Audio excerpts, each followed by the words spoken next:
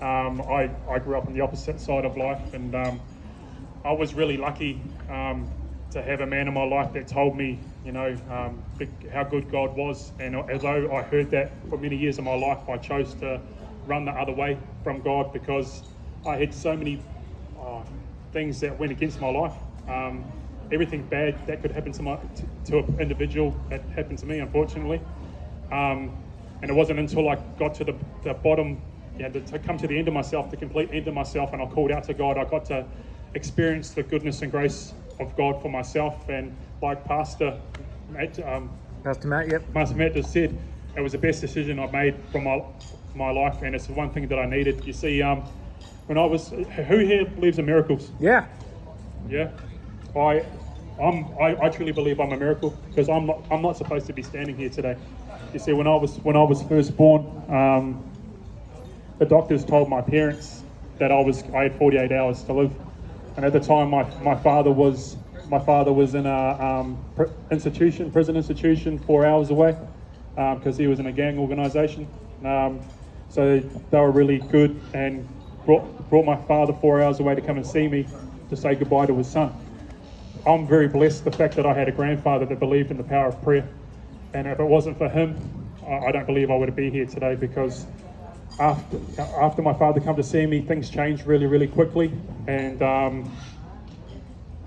doctors started calling me the miracle baby.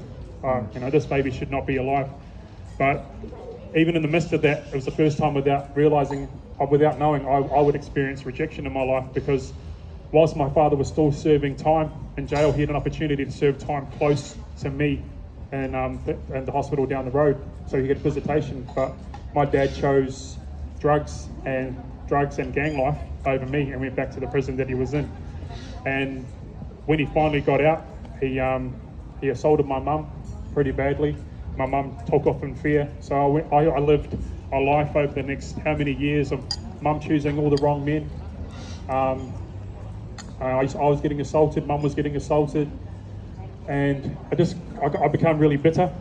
I was a fearful young man, and my only outlet was violence. I started taking drugs and alcohol at a young age, and I started hanging out with older people than me because I just wanted to feel love and acceptance, and I found it because I was a violent man, and I found freedom in the drugs, the alcohol, and sex, drugs and alcohol lifestyle. I found freedom in that, but it was always temporal. It never lasted very long, and I had to go, once that high left, I had to get back on again. At 10 years old, I was getting beaten up every single day at my house, to the point where I was getting knocked out on the ground by mum's partners, and my grandfather knew that, and he couldn't really do much. But I remember at 10 years old, he said to me, "Marcus, if you ever get so lost, call upon the name of the Lord and he will save you." And although I was so young, it didn't really register. It hit my heart, and I without realizing it, it's the one thing that saved my life. A few weeks after that, mum's boyfriend started smacking us around again. And this time I just had enough. I got sick of hearing my sisters cry. I got sick of hearing my mum scream. So I pulled a knife on that man at 10 years old, because I thought it was the only way out of my situation. And it was like an awakening for my mum. My mum moved out of that situation, but the damage had already been done. I got told that I was stupid, that I'd never amount to anything, and at a young age I believed that, and it just I held on to that for the rest of my life, and I just sort of hung around with people that sort of thought the same thing. So I joined gangs over the years, got stuck in drugs and alcohol, and experienced everything bad you could experience, until one day when I was 21 years old, 22 years old, in the space of 18 months, I had my grandfather, my father committed suicide. He couldn't live the life anymore that he was in. My grandfather passed away, and one of my best mates committed suicide as well. So I thought my life was already at the lowest it could go, but I still had a way to go yet. So I ended up on a criminal charge, and I was looking at 4.5 years in jail back in New Zealand. And I knew I had issues. I knew I had a whole bag of issues that I couldn't deal with myself. So the probation officer, I had to go to a pre-probation report, and they said to me, "We want you to go and get some counselling. We'll pay for it." I said, "Look, I know I'm going to jail. I don't want you guys to pay for it, because if you pay for it, I'm not going to get anything out of it, and I'm not doing this to try and get out of jail. But I know I just genuinely need help." So I went looking for a counsellor myself, and this man was amazing. This man sort of started teaching me about how us as men, we've got the wrong ideology about being hard and not talking about our feelings, and he showed me a different way to think. And on the day that he told me his wife had cancer. His wife was dying with cancer through one of my counselling sessions, but he had such a peace in his eyes, and he reminded me of my grandfather.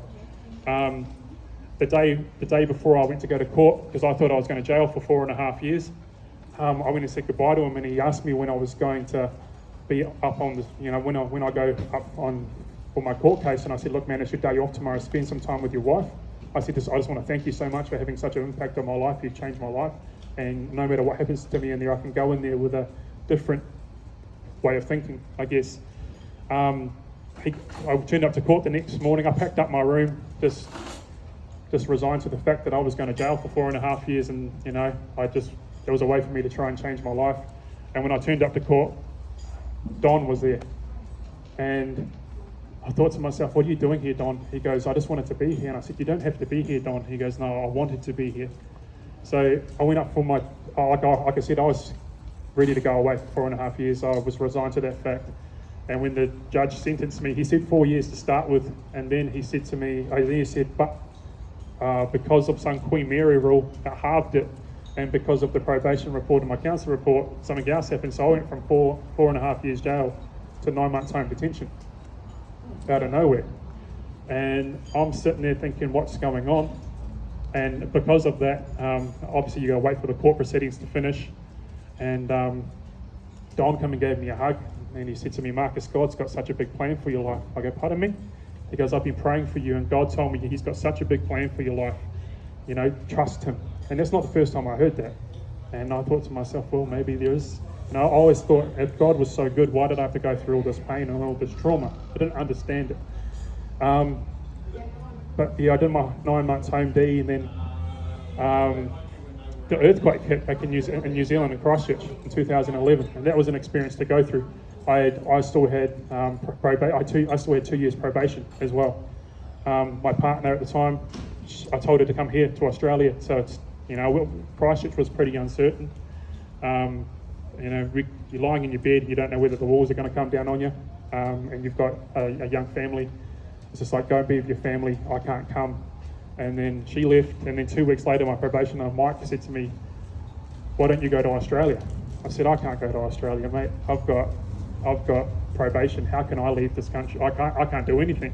He goes, "What if I can make that go away? Would you leave?"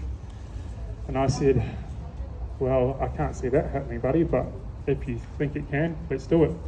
So all of a sudden, I've got no probation, and all of a sudden, I've moved over to Australia to start a new life.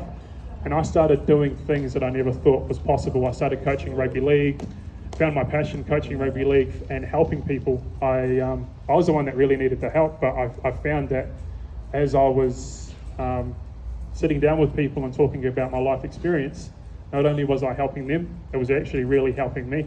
They were helping me more than I was helping them, I believe. But it was such a great honour and privilege to actually allow you to be vulnerable. They be vulnerable with them and hear their story. It's such a privilege to actually, to be entrusted with that. But whilst I was finding myself, my partner at the time, we're due to get married 2 months, and then I found out she'd been cheating on me, and my whole world crumbled again. And I went back to my same old vices of what I knew what was comfortable, was drugs, sex and alcohol. But this time I wasn't doing anything anymore.